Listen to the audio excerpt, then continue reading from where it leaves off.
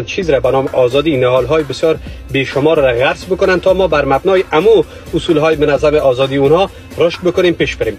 جناب آقای مختار لشکری، مطمئن هستم همه عزیزا، همه جوانها آشنایی دارن که قبلا در جغرافیای افغانستان در یکی از تلویزیون ها مسئول و یا مجری بعض از برنامه‌های اجتماعی و یا فرهنگی و یا هم سیاسی بودن. ما توقع داریم که بس از جوانها وقتی در پلتفرم‌های میدیا قرار میگیرن اصول منظم خبرنگاری را مد نظر بگیرن.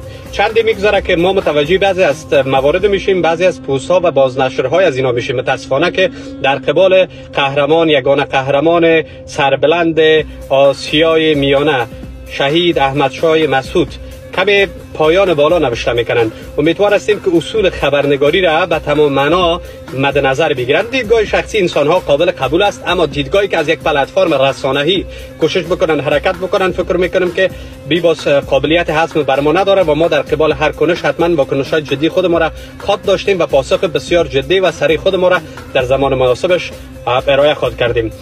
من مطمئن هستم که جمعی از دوستا و جمعی از عزیزا وقتی در جغرافیای افغانستان در پلتفرم‌های مختلف وظیفه داشتن، اونجا مسئولیت خودش میگرفتن، اونجا مسئولیت احساس میکردن. ما 250,000 نیروی سربلند در جغرافیا داشتیم که نیروهای نظامی بودن. 75,000 نیروی نظامی وقتی کشته شد، بیشتر خبرنگارا مسئول هستند در قبال هر.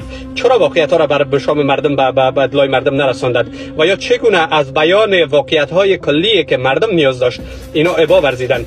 یا تلویزیون‌ها به عناوین مختلف با دیدگاه‌های مشخص استعمار و یا همچنان استخبارات‌های متفاوت کشورها پیش نمی‌رفت؟ آیا ما در عمو مکان و یا هم در عمو مقر تلویزیون‌ها به عناوین مختلف دیدگاه‌های مشخص کشورهای دیگر پیش نمی‌بردیم؟ حالا مگر در کشورهای بیرونی هستیم کوشش بکنیم یک نوع حرکت داشته باشیم که حرکت منظم و مسئولانه باشه. حرکت منظم و مسئولانه به عنوان چی؟ چون خبرنگار اصل بی‌طرفی را پیش میبره. اولین مؤلفه منظم یک خبرنگار اصل بی‌طرفی است.